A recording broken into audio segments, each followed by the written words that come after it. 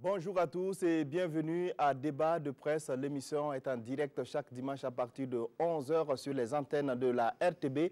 Elle permet aux journalistes d'analyser, de commenter et de décrypter les grands sujets qui ont marqué l'actualité nationale et internationale au cours de la semaine. Alors pour ce dimanche, 4 sujets nous intéressent tous au plan national. Il s'agit de la conférence de presse du ballet citoyen, de la session avortée du conseil municipal de Ouagadougou, des échauffourées entre les élèves et les militaires à Boussé et enfin du communiqué de l'armée sur les opérations antiterroristes réalisées en fin d'année au Burkina Faso. Alors pour débattre de tous ces points de l'actualité, je suis en compagnie exceptionnellement de 3 invités, 3 confrères de la presse nationale. Il s'agit de Lassane Osé Ouedraogo des éditions Siloya. Bonjour. Bonjour Sayon. Alors sur ce plateau, Inoussa Ouedraogo de Bendré. Bonjour. Bonjour Sayon. Et nous avons avec nous Yacinthe Sanou de Omega FM. Bonjour. Bonjour Sayon. Merci à tous d'avoir accepté notre invitation. Alors, le ballet citoyen a organisé une conférence de presse, je pense que c'était le 18 janvier dernier, pour donner en tout cas sa lecture de la situation nationale pour cette organisation de la société civile. Le navire Burkina est mal mené. En raison, donc en 2 ans, selon le ballet citoyen, on a l'impression que tout est fait pour que les Burkinabés regrettent leur insurrection. Alors, Inoussa, c'est une actualité, une sortie en tout cas du ballet citoyen que vous avez pu suivre. Alors, comment vous analysez donc cette lecture du ballet citoyen? Effectivement, j'ai pris connaissance des différents éléments d'appréciation et la lecture de la situation nationale qu'a fait cette organisation de la société civile, qui est, à mon avis, dans son rôle. Ils ont payé une situation qui, de mon point de vue, reflète globalement le point de vue de la majorité des Burkinabés, à savoir que jusque-là, on a l'impression que la situation n'est pas suffisamment maîtrisée et que les autorités n'ont pas suffisamment pris conscience des attentes des Burkinabés. Et un fait qui vient corroborer l'analyse du ballet citoyen, c'est la présentation de vœux qu'on a vu récemment, la première dame organisée au palais de Kossiam. Des femmes sont venues des 45 provinces du Burkina et pour présenter leurs vœux à la première dame. Je crois que c'est une pratique aux antipodes des valeurs de l'insurrection populaire. Je crois qu'il y a un certain nombre de choses que nous avons à l'époque déplorées de la part des dirigeants de la 4e République. Je vais parler notamment de Blaise Compaoré et de Chantal Compaoré. On a tous dit que le palais de Kossiam ne saurait être le lieu où on peut inviter avec l'argent du contribuable burkinabé l'ensemble des femmes des 45 provinces pour venir présenter leur vœu à la première dame. Je saisis donc cette occasion pour interpeller nos autorités, et le président du Faso notamment, de peser de tout son poids et de tout son pouvoir afin que ce type de comportement qui fâche les Burkinabés s'arrête. Surtout dans un contexte de front social où les uns et les autres se plaignent de la cherté de la vie, on ne peut pas comprendre que ce type de pratique-là continue. C'est pour dire donc que sur un certain nombre de points de vue, je partage l'avis du ballet citoyen. Ils ont parlé notamment de la justice qui, malgré les avancées qu'on peut noter, traîne les pieds notamment sur un certain nombre de dossiers liés notamment à la corruption, liée notamment aux dossiers pendants tels que le dossier Norbert Zongo, Thomas Sankara, etc. Ce sont des réalités que nous vivons. Ils ont également mis le doigt sur la problématique de la relance économique, la morosité de l'économie au niveau du Burkina Faso. Et ils ont également mis le doigt sur la lutte contre le terrorisme en appelant donc les autorités à être plus regardants dans le respect des droits de l'homme, même s'il faut traquer ces terroristes-là. Donc globalement, je pense que leur appréciation rencontre l'assentiment de beaucoup de Burkinabés. Ceci dit, ce que j'ai personnellement déploré, c'est le fait que, venant de la part d'une organisation de la trempe du balai citoyen, j'aurais aimé avoir en appui des faits concrets et des chiffres. Il faut que nous allions de plus en plus vers cela. On ne peut pas sortir, faire des commentaires, lancer ça et là un certain nombre de réprobations qu'on fait au pouvoir. Comme tous les citoyens lambda le font habituellement. Quand vous lisez les journaux au quotidien, c'est la lecture, on peut dire, résumée de ce que certains médias disent que le balai citoyen a fait. Il n'y a pratiquement rien de neuf dans la critique. J'aurais préféré personnellement avoir des chiffres. On parle de PPP, on doute qu'il y ait eu corruption, on sort des éléments, on sort des faits concrets qui le disent. On parle également de corruption dans certains milieux, on sort des faits précis pour le démontrer.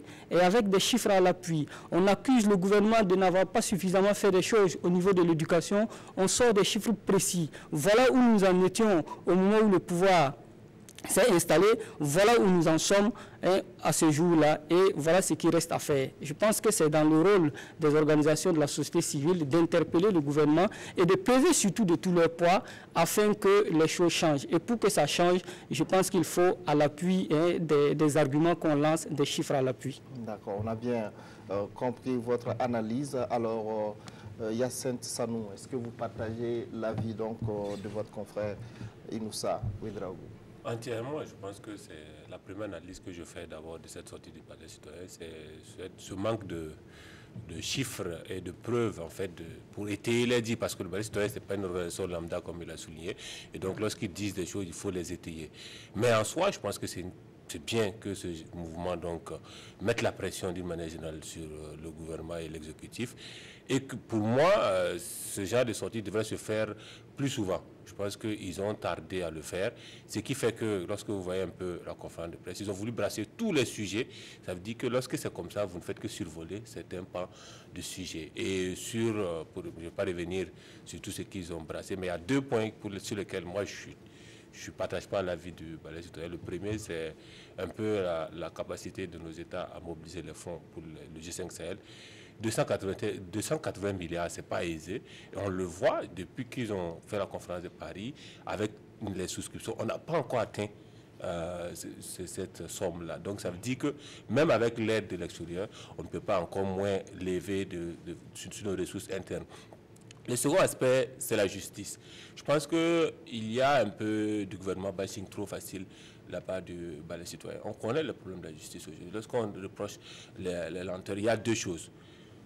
Nous-mêmes, on crie à la nécessité d'indépendance de la justice, qui a quelque part été consacrée. Aujourd'hui, on a une séparation, notamment au niveau du Conseil supérieur de la magistrature. Mais les choses sont restées telles qu'avant.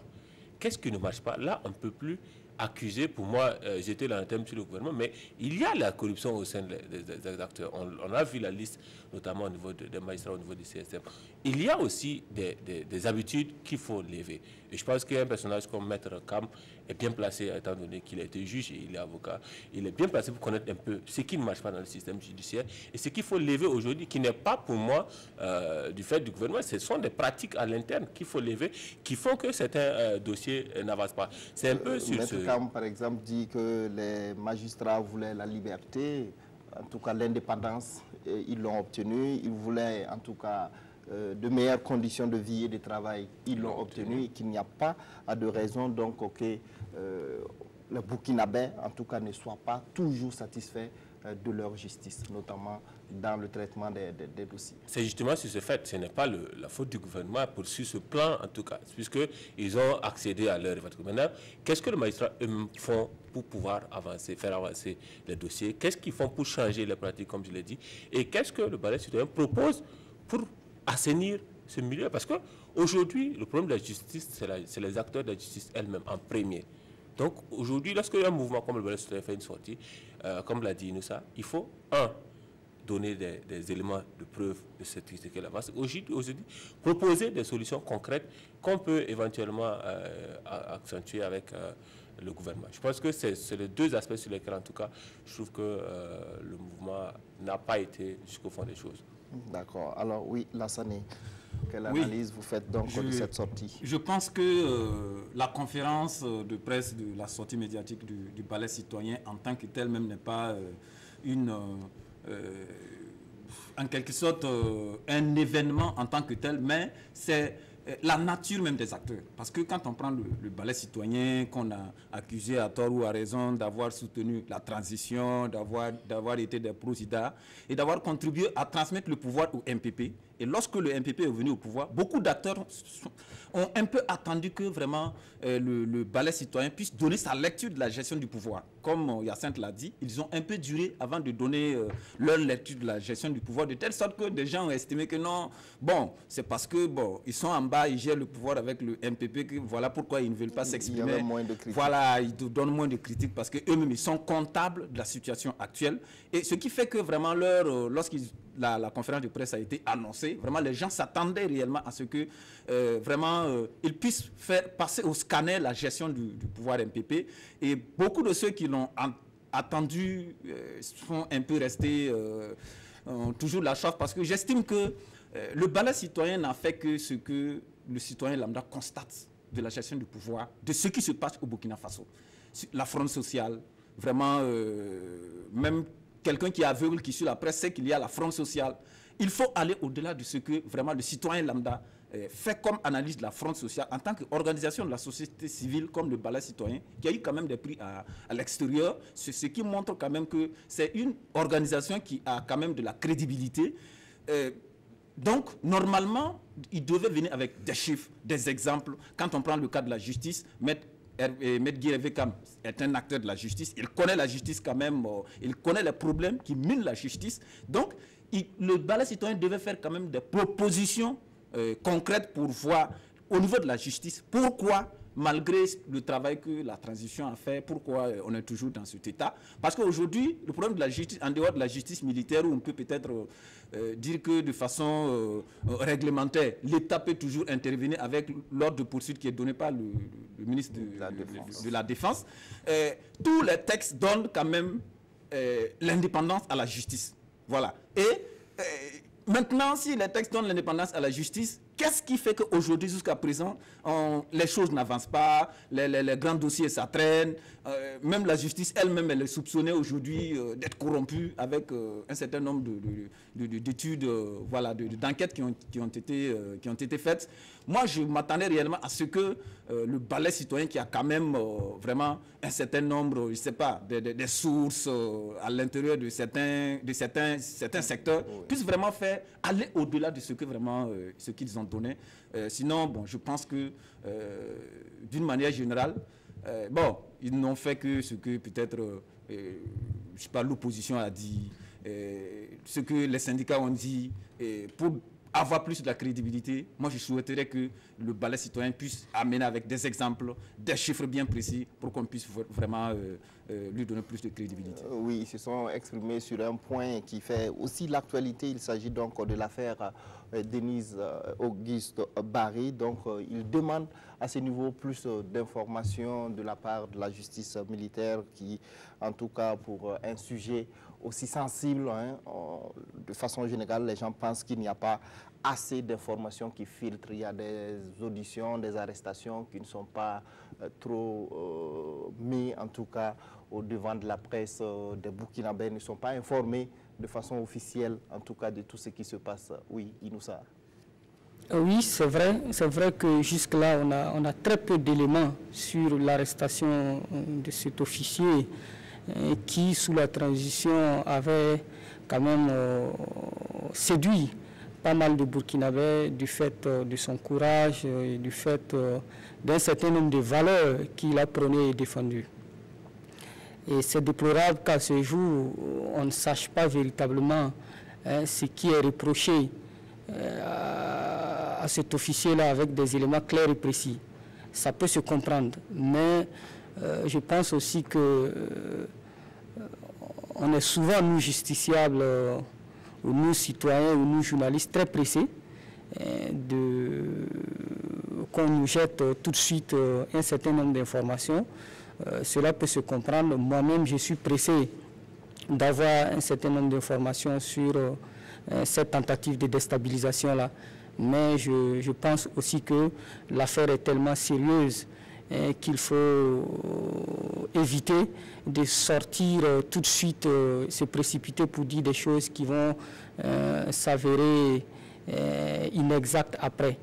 Je pense aussi que la justice militaire a certainement tiré leçon des dossiers de ce type qu'elle a géré récemment, et ça peut se comprendre aisément. Dans tous les cas, tôt ou tard, la vérité sera sue. Et comme on le dit, quelle que soit la longueur de la nuit, le jour finit par arriver. Mais je voudrais quand même revenir sur 2 points qui, à mon avis, sont très importants. C'est dans la déclaration du balai citoyen, la problématique du financement de notre sécurité. Je suis d'avis avec eux que c'est triste de constater que 5 pays mis ensemble ne peuvent pas mobiliser une telle somme. Ce n'est pas la mer à boire. Surtout que parmi ces pays-là, il y a des producteurs d'or, il y a des producteurs de pétrole, il y a des producteurs d'autres richesses. Nous avons les moyens qu'il faut dans nos pays pour faire face au terrorisme. C'est vrai que nous ne pouvons pas combattre cette île-là tout seul, mais mobiliser 260 milliards, à mon avis, ne peut pas être un problème à ce point-là pour 5 pays. Et c'est triste de le dire, mais il faut que nous nous assumions en allant jusqu'au bout de notre volonté d'aller à l'indépendance. On ne peut pas comprendre. Hyacinthe ne semble pas être du même avis. Vous avez le Tchad qui peine à payer ses propres fonctionnaires. Vous avez 2 pays comme le Burkina et le Niger qui se battent pour la dernière place de classement des pays les plus pauvres. Vous ne pouvez pas vous dire que 280 milliards, c'est facile à mobiliser pour aller sur un volet comme la sécurité. Je pense que la preuve pour moi, c'est cette difficulté à mobiliser malgré l'appel fait à l'extérieur. On a tellement de pays qui se sont engagés, mais jusqu'à présent, on n'a pas encore pu avoir le capital nécessaire. Ça veut dire que ce n'est pas aussi évident que ça de mobiliser ces fonds-là. Et je pense que dire que ces pays pourraient le faire, c'est un peu trop facile. Parce que la preuve, c'est que ces pays connaissent des problèmes assez concrets en leur sein. Le Tchad, aujourd'hui, a des problèmes de payer ses propres fonctionnaires. Alors, comment mobiliser, ne serait-ce que de l'argent en plus pour une force sous-régionale? Ben, écoutez, je pense que ce que vous dites à première vue paraît vrai, mais dans le fond, quand on regarde, nos pays ne sont pas si pauvres que ça. C'est ce qu'on nous fait croire. Moi, je n'ai pas vraiment le sentiment que ces 5 pays-là sont pauvres au point de ne pas pouvoir mobiliser 260 milliards. Quand on est pauvre et qu'on a les moyens de mobiliser plusieurs millions pour s'acheter des V8, pour distribuer à chaque ministre, et que ces V8-là tournent régulièrement dans nos capitales, quand on a suffisamment de moyens d'organiser régulièrement des Djandjoba, on doit pouvoir aussi regarder les préoccupations de l'heure et pouvoir dire où va notre argent. Le problème de nos pays ne sont pas vraiment des problèmes de moyens, c'est des problèmes de gestion. Et je pense qu'avec une gestion rationnelle, nos pays peuvent faire face à ce terrorisme-là. Autrement, vous êtes en train de dire que si la communauté internationale dit aujourd'hui que nous ne pouvons pas donner 260 milliards à l'ensemble de ces 5 pays-là, nous sommes condamnés à mourir et à faire face tout seul au terrorisme. Vous avez un pays qui n'a pas 50 milliards pour satisfaire la satisfaction de ses enseignants, d'abord. Je pense que le débat à ce niveau, je ne serai pas extrême, mais je pense que il faut déjà que nos pays fassent des efforts. Parce que si on veut voir dans la contribution, je pense que les 5 États membres doivent donner chacun 10 millions. Voilà, 10 millions, je pense que c'est d'euros. Euros, voilà. Oui, 10 millions d'euros. Voilà. Donc, je pense que les 5 pays doivent travailler de telle sorte que ce que les partenaires techniques et financiers vont donner, que ce soit un apport. Parce que lorsque les partenaires techniques et financiers viennent et ils financent, les gens ont l'habitude de dire que là où la communauté internationale met son argent, il va mettre sa bouche. Voilà. Ils vont vous imposer un certain nombre de choses que peut-être, je me rappelle à la réunion du G5 Sahel l'année passée au Mali, Idriss Déby avait dit que ce que on met, ce que vraiment l'ONU met dans les missions comme la MINUSMA et consorts, que si l'ONU avait donné ça aux pays africains pour gérer eux-mêmes, c'est-à-dire c'est à eux de gérer avec leurs ressources, avec les militaires, avec leur stratégie d'attaque, ils vont nettoyer, ils seront très efficaces plus que ce que l'aménagement fait. Donc, je pense que nos pays doivent faire des efforts de telle sorte que ce que peut-être les partenaires vont apporter, que ce soit un apport. Ensuite, revenant un peu sur l'affaire Barry, c'est vrai, la justice peut choisir de comment communiquer, mais je me dis que la justice aussi pêche dans cette communication. En quoi elle pêche dans cette communication? Simon Compaoré l'avait dit, nous serons édifiés, nous attendons d'être édifiés. Parce que l'affaire est tellement sérieuse, comme l'a dit Inoussa, de telle sorte que actuellement beaucoup de personnes attendent de voir qu'est-ce qui s'est passé réellement. Si la justice choisit de communiquer, qu'elle communique franchement, sinon lorsque la gendarmerie interpelle des civils, et au lendemain de l'interpellation, des médias ont déjà l'information et qu'ils donnent que ce sont des civils, c'est un jardinier, un commerçant et un électricien avec des armes blanches. Je ne sais pas qui a donné ces informations à ces médias. Ça veut dire que ce sont des gens qui sont proches du dossier qui ont filé ces informations. Et ce sont des informations qui décrédibilisent même, je ne sais pas, la justice, parce que, à ma connaissance, avec des armes blanches, on ne peut pas faire de coup d'État, on ne peut pas aller neutraliser Rock à Kosiam. Voilà. Est-ce que tu as déjà fait un coup d'État? Je n'ai jamais fait de coup d'État, mais moi je sais que face à notre armée, quelqu'un ne peut pas se mettre avec des armes blanches pour aller faire des coups d'État. Je suis d'accord. Voilà. Donc là, la gestion de l'affaire, elle est sérieuse. Voilà, l'affaire, elle est sérieuse. Il faut que la justice prenne cette affaire au sérieux. Et lorsqu'elle va choisir pour communiquer, c'est lorsqu'elle aura vraiment des informations, les vraies informations. L'enquête a été menée jusqu'au bout et qui nous donne maintenant vraiment des informations avec la stratégie d'attaque, tout. Et nous saurons édifier que réellement, comme Simon l'a dit, que réellement, c'est ce que le colonel Barry voulait faire.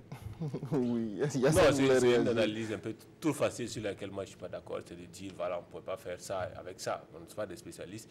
Je suis d'accord sur le plan de la communication de la justice militaire. On l'a vu un peu avec le communiqué qu'ils ont fait entre-temps. Je comprends un peu aussi leur réticence, peut-être aujourd'hui, à faire encore un nouveau communiqué. Peut-être qu'ils attendent d'avancer jusqu'à un certain point, parce que, évidemment, dès que le communiqué est sorti, on s'est posé énormément de questions qui n'étaient pas répondues dans le communiqué. Donc, il faut avoir ces réponses-là aujourd'hui pour pouvoir communiquer. Le dossier suit son cours. On a l'habitude de le dire ici, la justice burkinabé a une vitesse qui n'est pas celle de Burkinabé même. Maintenant, de là à rentrer dans le dossier, à faire des analyses, moi, on ne maîtrise rien dans ce dossier. On nous dit qu'il y a 4 civils. Il y a 4 civils. Oui. Souvent, je ne vois pas en quoi un jardinier est moins intelligent qu'un officier de l'armée. En quoi il ne peut pas être dans une opération de déstabilisation. Rien ne nous dit quelle était la forme de l'opération de déstabilisation. Il y a plusieurs sources, plusieurs théories qui ressortent. Pour l'instant, elle n'est pas officielle. Mais rien ne nous dit quelle était la forme de déstabilisation. On ne nous a pas dit que c'est un groupe armé qui allait attaquer Kosiam.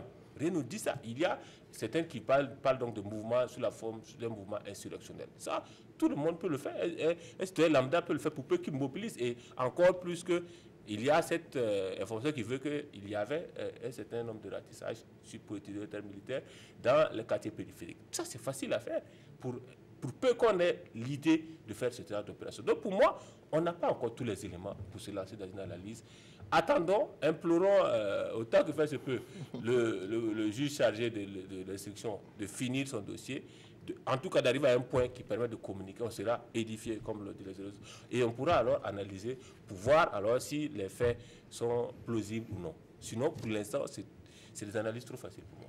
Non, nous n'analysons qu'avec les éléments à notre disposition d'abord. Sinon, j'ai dit, M. Sanou, si réellement des civils sortent avec des armes blanches pour neutraliser Rock, comme il a été dit dans certains médias, moi, notre armée ne nous plus sa raison d'être. En 2014, le peuple n'était pas armé dans la rue. Non, mais en 2014, il a fallu des négociations pour que les gens puissent avoir Kosiam. Sinon, Kosiam était blindé. Mais ils ont fait sans tirer une seule balle. Non, en ce moment, c'était des négociations qui ont fait que, sinon, des civils ne peuvent pas aller rentrer à Kosiam avec le RSP qui était là-bas. La preuve en est que des gens sont tombés sur la route vers BF1. Parce qu'eux, ils étaient armés. Le peuple était des gens à menu. Voilà. Donc, ce qui fait la différence entre celui qui porte l'arme et celui qui est à main nue, c'est que, bon, si tu t'amuses, il tire sur toi et puis voilà. D'accord. Alors, on va laisser ce débat. On va laisser ce débat. Attendons que vraiment la justice vienne nous donner les vraies choses de l'affaire. Sinon, jusqu'à présent, les informations qu'ils essaient de distiller avec qu'ils ferment bien l'information, qu'ils la traitent normalement avant de nous édifier. D'accord. Ok, on va évoluer dans ce débat et on va parler donc d'un tout autre sujet parce que nous sommes pris par le temps. Alors, la première session du conseil municipal de Ouagadougou prévue pour se tenir le 18 janvier a été reportée au lendemain. La session a été ajournée parce que des conseillers UPC et CDP donc, se sont opposés donc, à l'ordre du jour donc, qui avait au moins 3 projets alors que le maire voulait faire passer, notamment pour augmenter le seuil des marchés qui peuvent être attribués gré à gré de 50 millions à 500 millions de francs CFA. Celui des marchés par consultation d'appel d'offres restreint de 50 millions à 500 millions. Et enfin, celui donc de l'approbation des marchés de la commission des marchés de 100 millions à 1 milliard de francs CFA. Donc, il y a eu beaucoup d'échauffourées entre griffins au sein de la salle donc, du conseil municipal. Finalement, le conseil a été ajourné. Les 2 parties se sont donné rendez-vous le lendemain pour tenir la session. Mais déjà, comment vous avez perçu cette actualité donc, qui a valu donc au report donc, de ce conseil? Que pensez de l'initiative d'abord du maire et de la réaction donc, des conseillers de l'opposition? Lassane. Moi, je vais tout d'abord revenir à ce qui s'est passé dans la salle le jeudi matin. 18. Voilà, jeudi 18, qui vraiment, peut-être beaucoup de personnes ont été peinées de voir ça. Parce que l'opposition n'était pas du tout d'accord que ces 3 projets de délibération puissent passer à cette session. De telle sorte que vraiment la scène qui s'est passée là-bas, ça a été vraiment, je dirais, un peu choquant. Moi, à mon analyse, j'estime que ça montrait l'état d'esprit actuel du Burkinabé. Pourquoi? Parce que lorsqu'on n'est pas d'accord avec quelque chose, on fait tout pour l'empêcher. Parce que, à écouter un peu l'opposition, il y a eu des précédents. Voilà pourquoi ils ont tenu coûte que coûte à ce que cette session soit empêchée. Parce qu'ils estiment qu'il y a eu des projets de délibération auxquels ils étaient opposés. Ils ont boycotté, c'est-à-dire ils ont joué à la chaise vide. Oui, voilà, à la politique de la chaise vide. Et après, le MPP qui avait la majorité avec ses alliés ont voté ces délibérations. Et ils ont brandi ces délibérations comme pour les narguer, comme quoi, bon, ils ont la majorité. Et ils ont estimé que cette fois-ci, comme ils ne sont pas d'accord, ils vont aller jusqu'à utiliser tous les moyens nécessaires pour empêcher la tenue. Et vous avez vu tout ce qui s'est passé, de la paperasse renversée avec des sifflets en pleine session, vraiment tout. On avait l'impression que nous étions dans un Arodoko. Et j'estime que c'est un peu de l'incivisme qu'on est en train de montrer aux yeux de la jeunesse, parce qu'aujourd'hui, cette classe politique qui fait ça parce qu'ils ne sont pas d'accord et qui empêche une session avec ce désordre.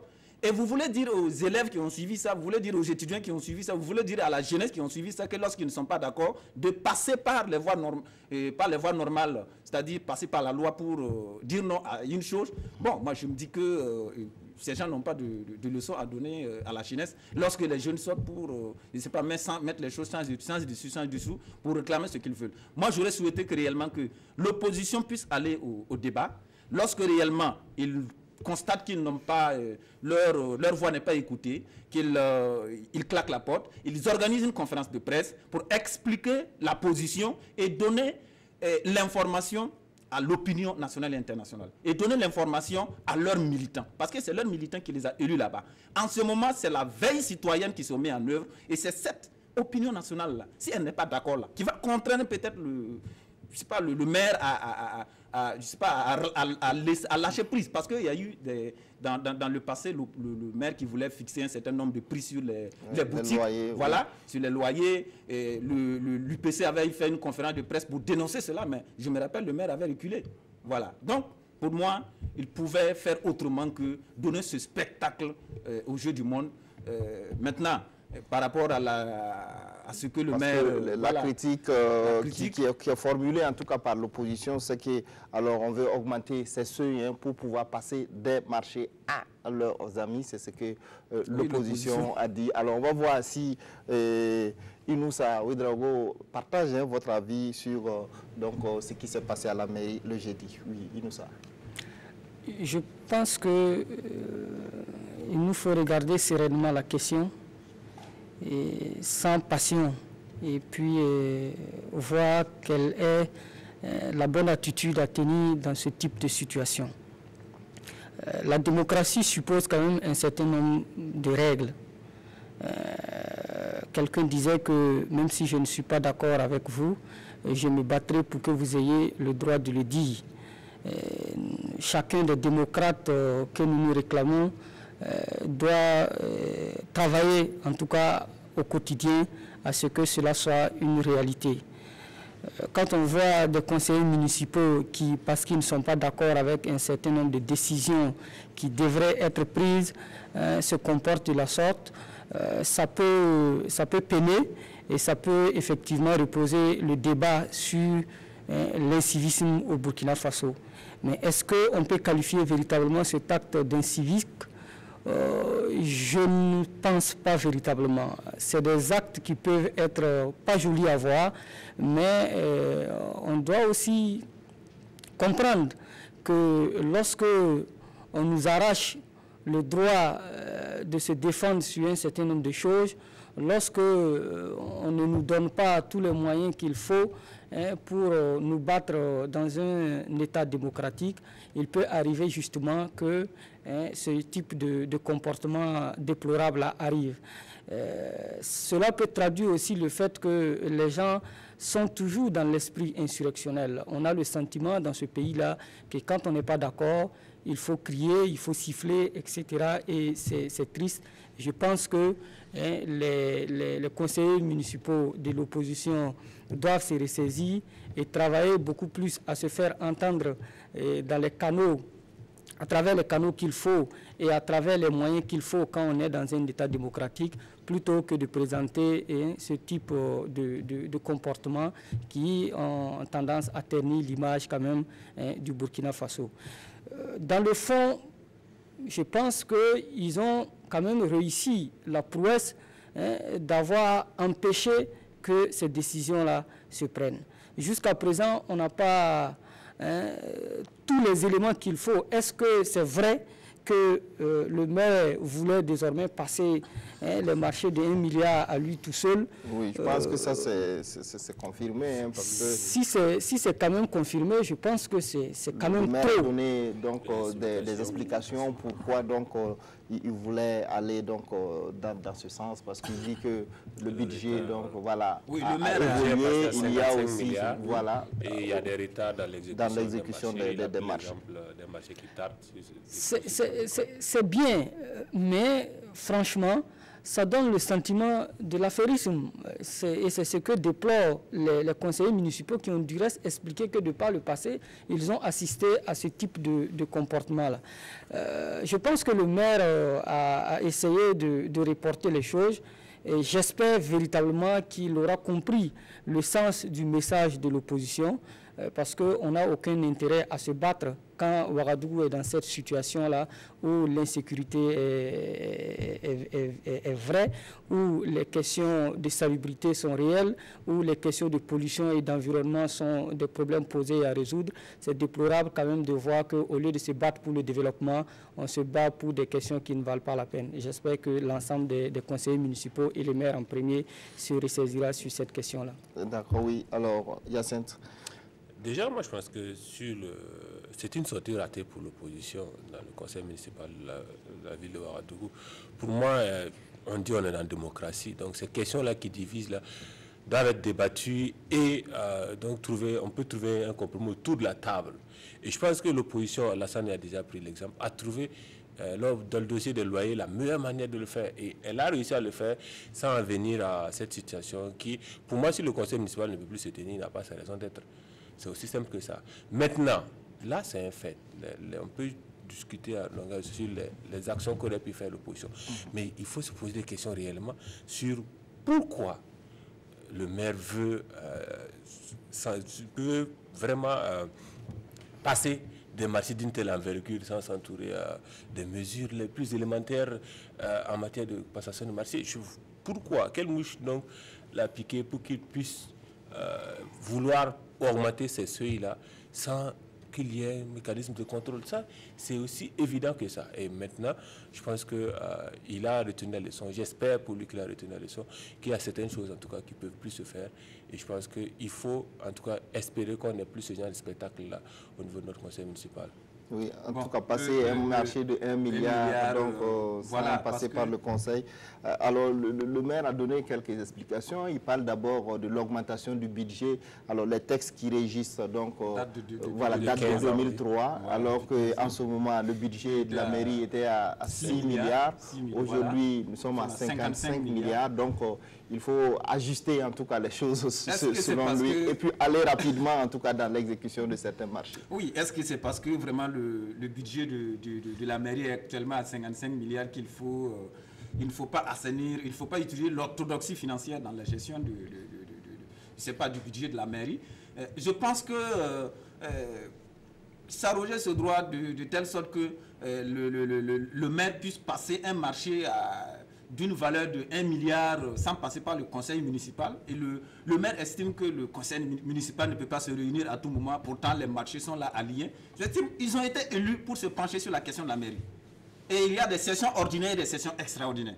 Lorsque réellement l'attribution d'un marché de façon, je ne sais pas, requiert l'approbation du conseil municipal, ils sont là, on les convoque, ils viennent, ils se penchent sur la question et on attribue le marché. Donc, sinon, permettre peut-être au maire de s'asseoir dans son bureau et de signer peut-être un marché d'1 milliard à quelqu'un, on a l'impression, on peut donner raison à l'opposition qui estime que c'est pour donner des marchés à ses amis politiques. Voilà. Donc, nous estimons que dans la situation actuelle du Burkina Faso, où on parle de morosité économique, où vraiment la question de la gestion de la chose publique est vraiment à ce qu'on appelle la veille citoyenne, je pense qu'il y a lieu que le maire puisse revoir sa copie, parce que j'écoutais la fois passée Madame la ministre de l'économie sur dialogue avec le gouvernement, quelqu'un qui a appelé pour dialogue citoyen, dis-moi, quelqu'un qui a appelé, je m'excuse, quelqu'un qui a appelé pour demander au ministre,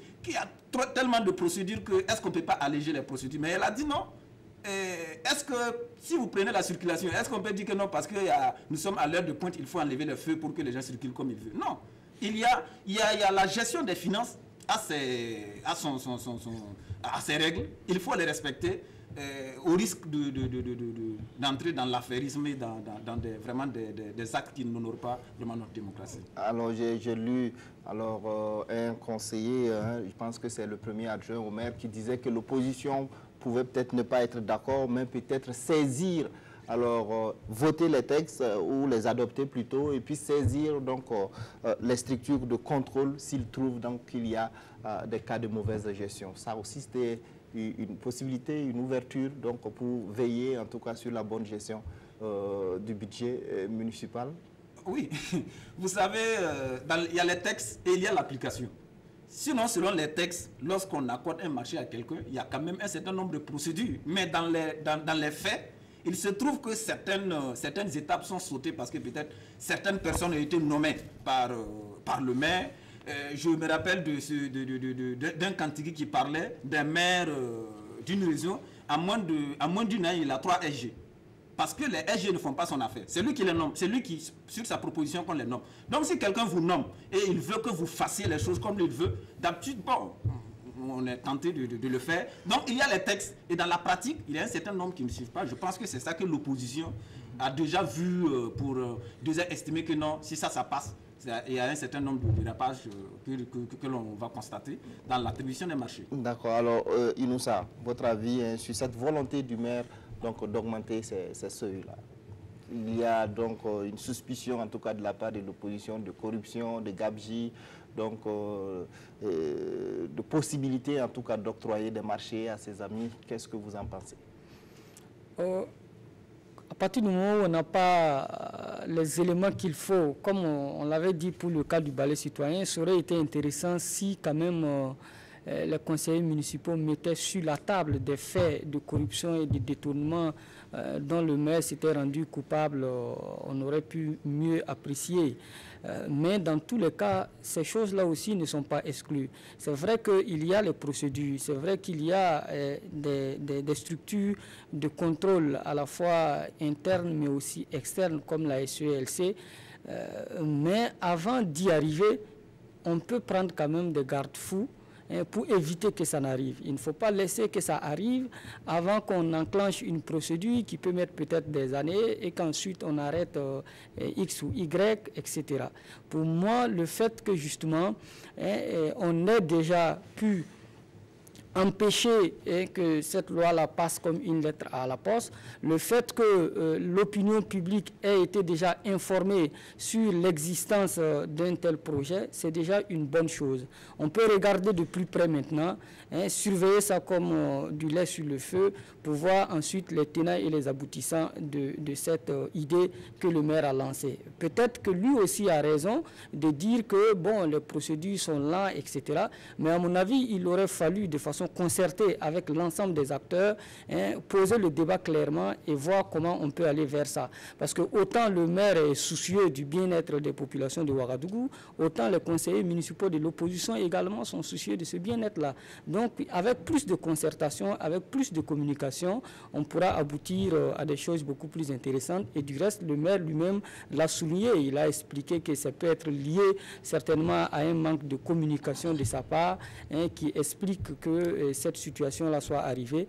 Nous espérons que c'est vrai et dans tous les cas, nous attirons l'attention aussi bien des conseillers municipaux de l'opposition que ceux de la majorité sur la nécessité pour eux de tenir compte d'abord des intérêts des Burkinabés qui les ont mis là, afin que nous n'ayons pas l'impression que c'était plutôt que de rupture, c'était du haut de toi que j'ai m'y mette. D'accord. Alors un mot très rapidement sur le fait que ces 3 points finalement ont été donc retirés de l'ordre du jour de cette première session qui s'est tenue finalement le lendemain. Qu'est-ce que vous en pensez? C'était finalement la solution parce que la veille, le 18, les gens se sont séparés avec des positions très tranchées et finalement le lendemain, la session a pu se tenir. Qu'est-ce que vous en pensez, Hyacinthe?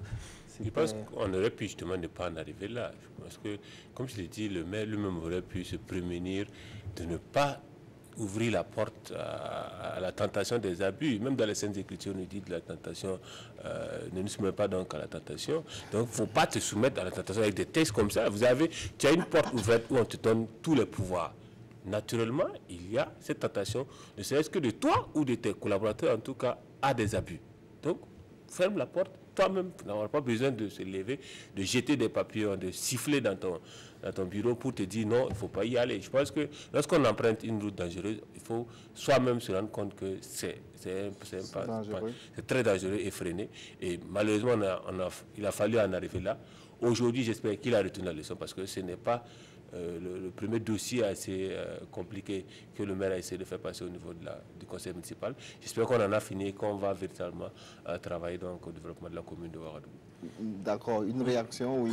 Bon, je pense que on ne devait pas, comme l'a dit Hyacinthe, on ne devait pas en arriver là, on en est arrivé. Mais le maire, il a été quand même par la suite plein de sagesse. Parce que parfois, en politique, d'habitude, lorsque les gens ont des positions tranchées comme ça, personne ne veut lâcher prise. Parce qu'on estime que si on lâche prise, c'est comme si on est fait. Pourtant, ce n'est pas le cas. Lorsqu'on est responsable, comme le maire, il faut être rassembleur. Et il l'a compris.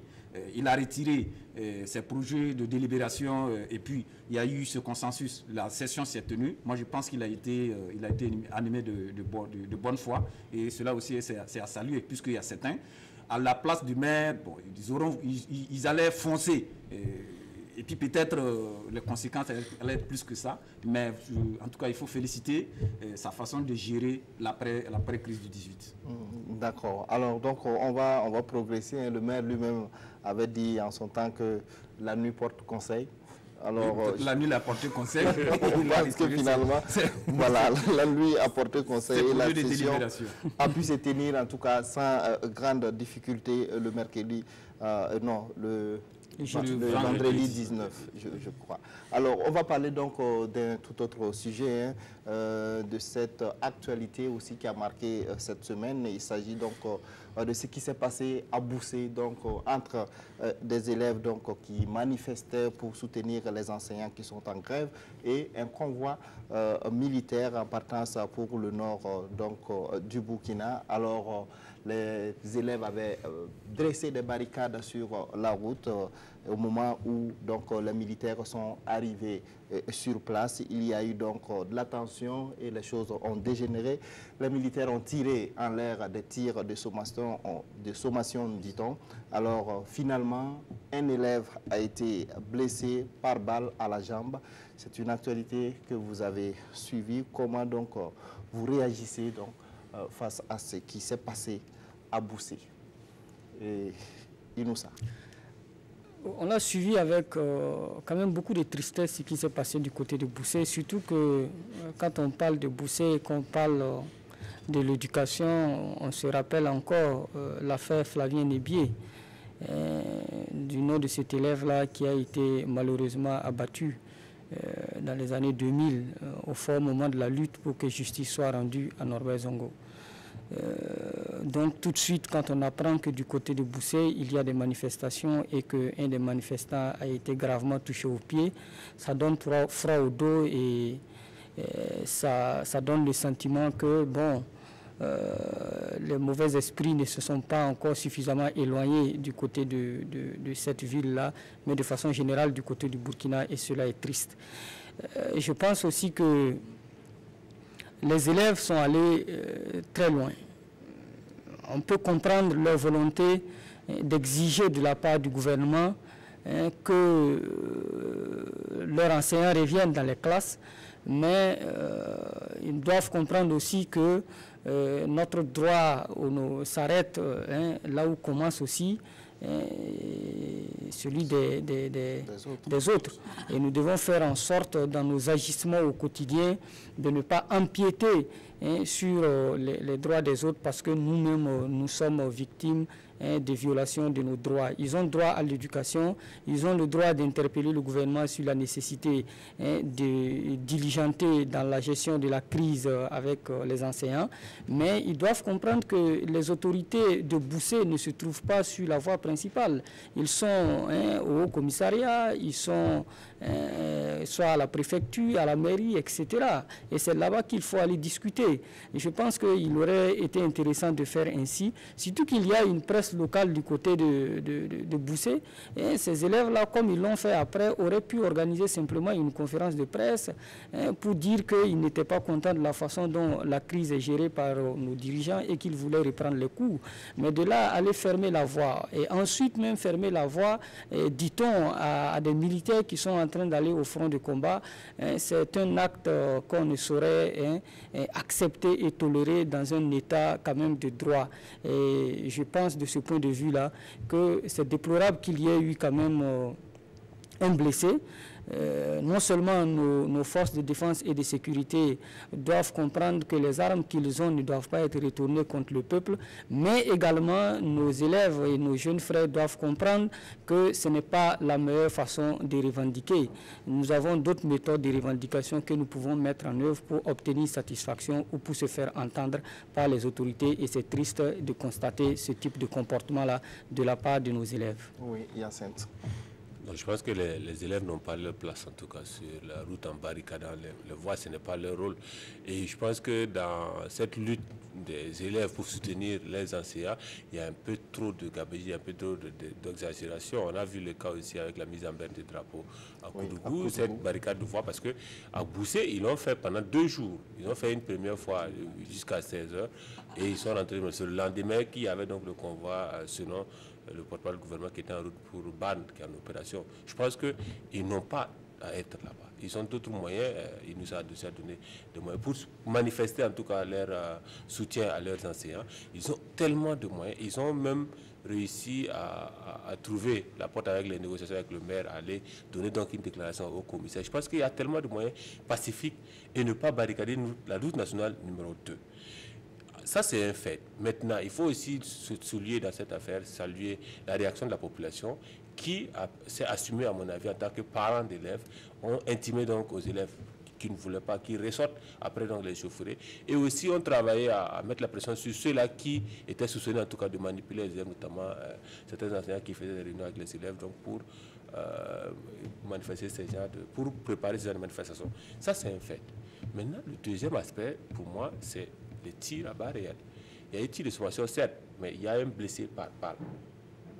Sous d'autres cieux, il aurait eu une enquête. La personne qui aurait été en tout cas derrière ce fait aurait été immédiatement relevée de son enquête et de ses fonctions, en attendant que l'enquête donc détermine comment cela a pu avoir lieu. Ici, aucune enquête n'a été annoncée, rien n'a été fait sur ce niveau. Je pense que si on est dans un état de droit, on ne peut pas le matin tirer en tout cas sur des élèves et le soir continuer. Même si ce sont des tirs de sommation, ce sont des tirs à balles réelles. Et toujours est-il qu'il y a eu blessé. Comme le disaient même les militaires, une balle tombe toujours quelque part. Ils le savent très bien. Donc, pour peu qu'il y ait un blessé, il faut pour moi une enquête, situer les responsabilités, qui en est l'auteur et engager les poursuites contre cette personne. Parce qu'on est dans un état de droit. Il ne faut pas que ce genre de cas... Parce qu'aujourd'hui, vous avez, heureusement, je touche du bois, qu'on n'a pas eu un deuxième cas à Boussé. Ou en se rendant, si on avait eu un second cas, Flavien Déby à Boussé. Je n'imagine pas où on sait. Donc il faut travailler en tout cas. Ce sont des bavures pour moi. Et sur ce genre de bavures, il faut travailler à les minimiser. Il faut situer les responsabilités pour éviter qu'elles ne durent. Maintenant... Alors donc les militaires n'auraient pas dû utiliser donc leurs armes sur le terrain parce que selon certaines informations, les élèves donc ont jeté des pierres et des cailloux donc aux militaires qui ne pouvaient pas... Le maintien de l'ordre n'est pas l'apanage... défendre que peut-être en tirant en l'air pour les disperser. Le maintien de l'ordre n'est pas l'apanage des militaires, ça c'est un fait. Donc s'ils veulent passer, ils ont les moyens de passer. Et je pense qu'il y a eu usage de ceinturon même sur le fait, ils ont les moyens de passer. Mais les mécanismes de maintien de l'ordre, ça c'est dévolu à d'autres forces. Pour peu qu'ils veuillent le faire, ils veulent tracer un passage, qu'ils tracent un passage, qu'ils s'en aillent. Pour moi, c'est ce fait-là qu'on ait eu des tirs de sommation pour essayer. Parce que ça a aussi envenimé la situation. Après le départ des militaires, les élèves sont revenus. Et le premier véhicule de l'État, qui est donc une manifestation, puisque l'armée est supposée être une manifestation de l'État, donc le premier véhicule de l'État sur lequel ils sont tombés, l'ont caillassé. Donc pour moi, on a pu éviter tout cela. Mais aussi, je l'ai dit, donc, les élèves n'avaient pas les places déjà sur cette route-là. D'accord, oui, Lassane. Tout d'abord, il faut déplorer ce qui est arrivé à Boussé. Appeler tous les acteurs à la retenue parce que autant que nous sommes tous, personne ne souhaite que la Chiali s'installe au Burkina Faso. Ça ne nous arrange pas. Le pays, nous ne l'avons pas loué. C'est notre pays à tous et nous allons la reléguer, nous allons la donner à la génération future. Donc ce qui s'est passé à Boussé, c'est quand même à déplorer. Et ensuite, l'usage, comme l'a dit, l'usage des balles réelles, que ce soit par des tirs de sommation et consorts, est à condamner. C'est pas normal. Il faut aussi condamner l'attitude des élèves. Parce que la place des élèves, ce n'est pas sur la route. Il s'agissait de 72 heures de grève qui ont été décrétées pour soutenir leurs enseignants. Vous savez, vous pouvez mener une lutte noble. Votre lutte peut être noble, mais la manière peut enlever à votre lutte-là sa raison d'être. Voilà. Donc, ces élèves qui sont sortis, qui ont barré la route, et de telle sorte que des militaires qui partaient pour le Nord, à Ban, qui partaient pour combattre l'ennemi commun. Voilà, eux, vous savez que lorsque les militaires vont sur le front, il y a un certain nombre de travail qui est fait sur eux, on travaille même sur leur mentalité, ils partent déjà même, voilà, ils partent déjà même, je ne sais pas, ils partent déjà avec dans la tête là, le combat. Donc, voici que des élèves les bloquent sur la route, vous n'avez pas le droit de passer. Ce n'est pas pour la première fois que des élèves bloquent des hommes de tenue. On a vu à Tita, où vraiment des élèves ont bloqué des militaires, et ça a suivi vraiment des chasses à l'homme, des bastonnades. Donc, réellement, déjà, le fait que des élèves cherchent à jouer au chat et à la souris avec des hommes de tenue, c'est déjà quelque chose à condamner. Ce n'est pas normal. Ensuite, j'estime que actuellement, ce que vraiment les élèves font, ils font à l'extrême.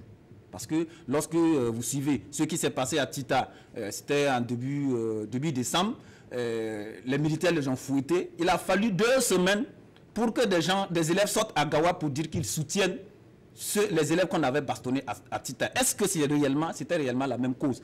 On ne sait réellement pas qu'est-ce qui se passe avec les élèves actuellement. Est-ce qu'il y a des gens, comme certains qui disent que ce sont les élèves, les professeurs qui essaient de monter les élèves pour les soutenir dans leur lutte?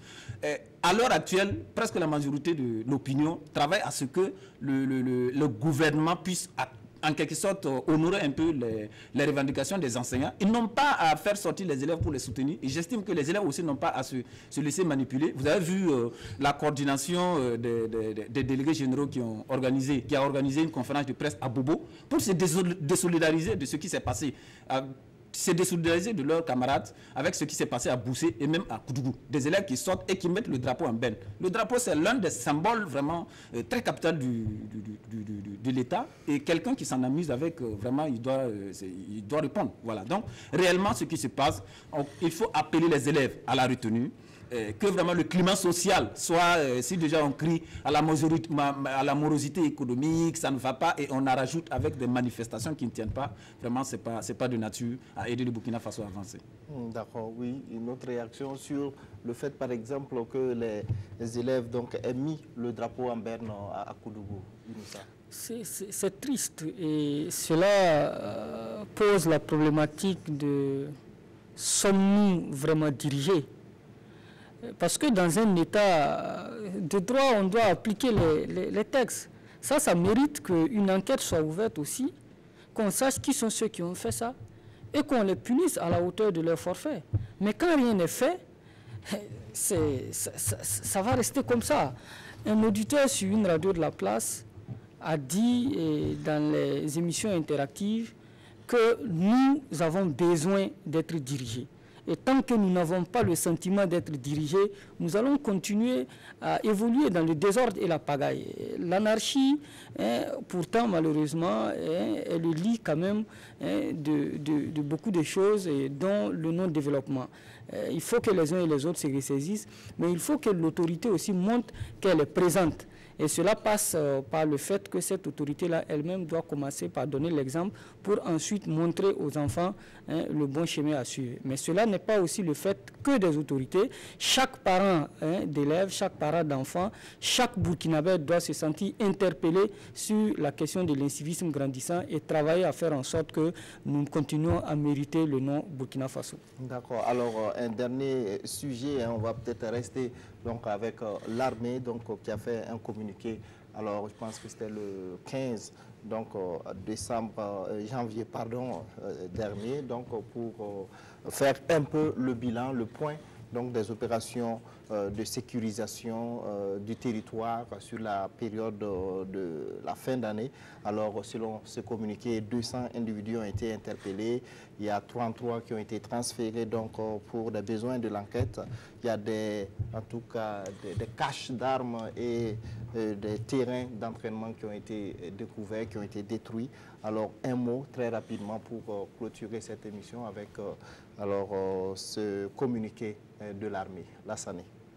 Bon, il faut dire que, comme je le disais, la guerre, c'est aussi, c'est pas seulement les armes, c'est aussi la communication. De telle sorte que depuis que le Burkina Faso est l'objet d'attaques terroristes, à chaque fois, ils sont venus, ils ont attaqué une gendarmerie, ils ont mis le feu. On a l'habitude toujours de dire les ratissages sont en cours. On ne nous a jamais dit qu'on a attrapé quelqu'un, de telle sorte que les gens ont un peu le moral atteint, même les FDS parfois. Si vous partez en guerre avec à chaque fois les pertes, c'est à votre niveau, ça peut un peu atteindre le moral. Pourtant, la guerre, pour gagner la guerre, on gagne d'abord la guerre dans le mental. Lorsque vous avez un état d'esprit bien gonflé, le mental en place, déjà vous pouvez espérer gagner la bataille. Mais si vous êtes abattu, vous partez en guerre déjà en victime risien. Voilà. Donc je pense que cette communication contribue aussi je pense à ça, mais à un peu regarder de près le contenu du communiqué. Bon, on se demande, il y a eu des armes saisies, il y a eu du tramadol saisi. Bon, on a détruit un certain nombre de camps et 200 personnes ont été interpellées avec 33 personnes qui ont été transférées pour les besoins de l'enquête. C'est bien, c'est bien. Et je pense que c'est le début d'actes de bravoure et que nous pensons que ça va aller plus que ça. Sinon, bon, si on nous avait annoncé plus que ça, vraiment ça allait plus nous remonter le moral, mais c'est déjà pas mal, c'est déjà bien pour ce genre de travail. Oui, alors Inoussa, vous avez moins d'une minute pour vous exprimer sur ce sujet. Je fais partie de ceux qui ont toujours défendu l'idée de mettre en place un état-major de la communication par rapport à cette guerre contre les terroristes. C'est de ce point de vue que les militaires se mettent à communiquer de plus en plus. C'est une très bonne chose. Et je pense qu'ils doivent même aller plus loin en ayant donc avec eux des gens qui filment un certain nombre de choses pour pouvoir le montrer. Parce que la guerre, elle est aussi communicationnelle. Il y a aussi de la propagande dans la guerre. Et nos militaires doivent jouer à fond cette carte-là pour contribuer à décourager surtout ceux qui pensent pouvoir s'aventurer dans cette issue de non-retour qu'est donc le terrorisme. D'accord. Oui, Hyacinthe. Oui, on a suffisamment critiqué notre armée, d'une manière générale, le régime ROC sur le plan sécuritaire, même sur ce plateau, pour que, en tout cas, on ait ce genre d'exploit-là. On a jusqu'à 200 personnes qui sont arrêtées, autant de biens qu'on détruit et saisis donc chez les terroristes. Et on n'a pas une communication immédiate. Et quand c'est fait, c'est à travers un communiqué, disons-le, assez laconique. Je pense que l'idée de la grande muette, c'est fini. Il faut que l'armée burkinabé comprenne cela. Il y a autant d'aspects qui peuvent intégrer comme l'état-major, la communication que propose Inoussa, mais également un officier média en bonne et due forme. Aujourd'hui, vous avez la force française au Mali, qui a un officier média qui fonctionne 24 heures sur 24. À n'importe quelle heure, vous appelez le standard, vous avez votre question, vous avez une réponse, en tout cas, qui vous sert, qui vous édifie. Aujourd'hui, cherchez à vérifier, ne serait-ce que ce communiqué au sein de l'armée, vous remonterez jusqu'au chef d'état-major, on vous dira que tout est dans le communiqué. Il faut arrêter avec cette politique, parce que sinon, l'armée sera responsable de tout ce qui a comme rumeur invérifiable qui circule. Aujourd'hui, on parle d'exertion de nos forces dans le nord du Burkina dans le cadre de cette lutte contre le terrorisme. C'est parce que justement, il n'y a pas eu de communication que ces rumeurs-là circulent toujours. Il faut véritablement donc que la grande muette parle encore plus. Merci en tout cas pour vos analyses. Nous sommes à la fin donc de cette émission. Nous avons dépassé de quelques minutes en tout cas le temps qui nous est imparti. Je vous remercie en tout cas pour vos contributions et je rappelle très rapidement que j'étais sur ce plateau avec Lassane Osé Ouedraogo des éditions Sidoya, Inoussa Ouedraogo de Bendré, c'est un hebdomadaire, et puis nous avions avec nous également Hyacinthe Sanou de la radio Omega. Merci à vous qui nous avez suivis. Restez en compagnie de nos programmes.